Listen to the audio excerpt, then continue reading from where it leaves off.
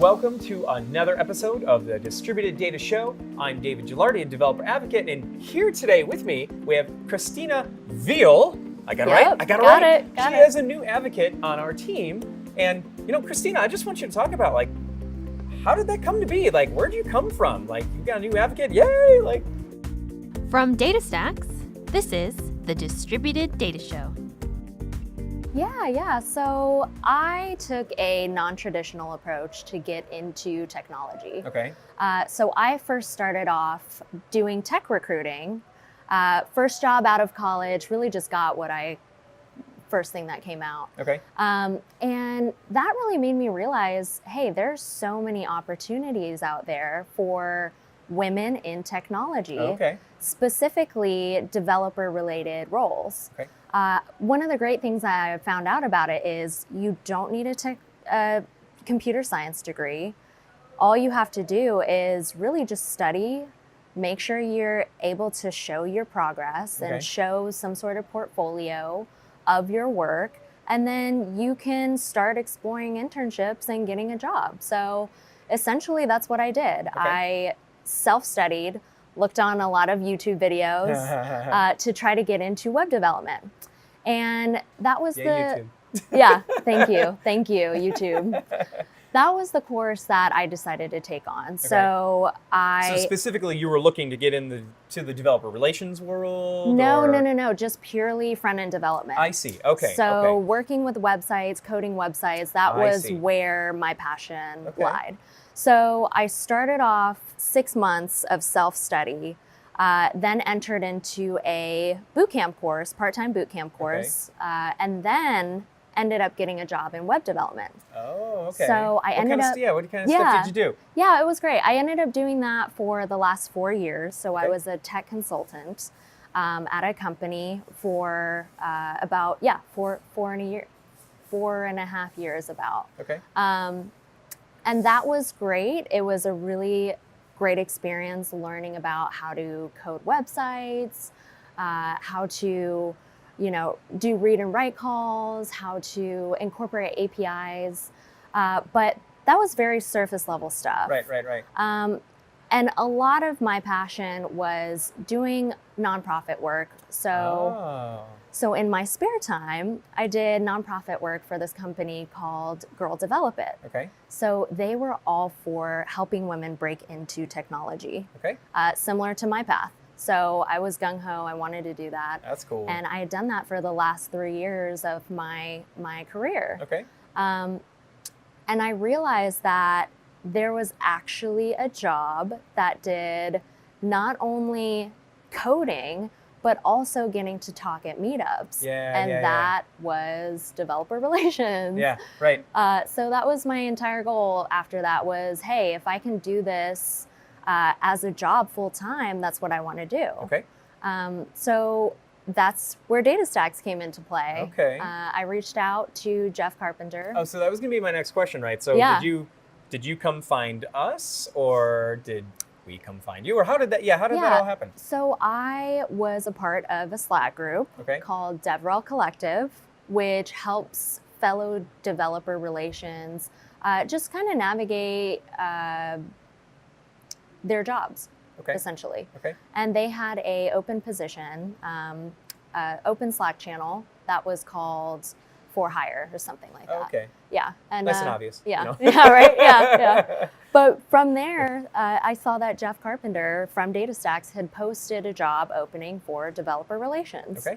And after, going through the various interviews, talking with everyone on the team, it turned out to be a really great opportunity. And cool. I got the job. Because DataStax was just the best. Oh, of course. And Jeff was the best. Yeah, totally. Okay. But yeah, after, the 5 or something interviews with all the various teammates. Yeah, just a couple people. Yeah, only a few. Yeah. I realized hey, this is such a cool team. This is someone or a group of people that I feel like I could really get along with. And not only that, but grow my experience in distributed databases. Yeah. So that was really my next move forward, essentially, was how can I level up my coding experience, not only on the front end side now, but also on the back end with with distributed databases. So. Okay, so that's where that tie-in from coming from the front-end world. I mean, you're still doing the front-end work. Yes. Right, still doing that part, but then tying this into something like Apache Cassandra, DataStax, or just that world, which so much of our technology now is using. Exactly. Right? Yeah. So, and then now when you came in, if I remember right, when you first came in, you actually went to one of our boot camps. You spent like 4 weeks in the trenches of Apache Cassandra and mud and drill sergeants. And, blood, sweat, and tears. Okay, yeah. Basically. Can you tell us a little bit like about that transition there, coming into because you were totally new to this stuff, right? Yeah. So actually, day one of my first job here, get thrown into the boot camp, and that was very daunting at first because I mean, having taught a boot camp myself previously as a teaching assistant, and then also going through a boot camp to even get into web development, I knew that it was going to be rigorous. Yeah. But actually going into a field where I had no experience whatsoever. I was in this field. Yeah. And coming here when I first did, it was challenging. Yeah. So even, not knowing anything and just being thrust into distributed databases and learning about nodes and everything, that was a lot. Yeah. But You're still alive. It's great. Right. Yeah. I'm here. I found a lot of value through that because not only was I able to learn about DataStax as a company, but I was also able to learn about databases in general. Yeah. My entire experience on the front end working with data was importing it through an API. Right. Making a call. And having, again, that surface level experience with it. So being able to understand more of that and really not having any sort of database background, I think actually benefited me. Okay, because you're coming at it totally fresh, right? Exactly. You've got fresh eyes. Exactly. So this is the first thing I'm learning, right? I'm like an infant, like trying to walk for the first time. That's really all I know. So it really helped me in that sense. And throughout the course, we had to come up with a project. Okay. So this was essentially our senior project where we presented to the entire group after the 4 weeks were done. Okay. So me with the front end experience, I was like, how do I tie this in? Right.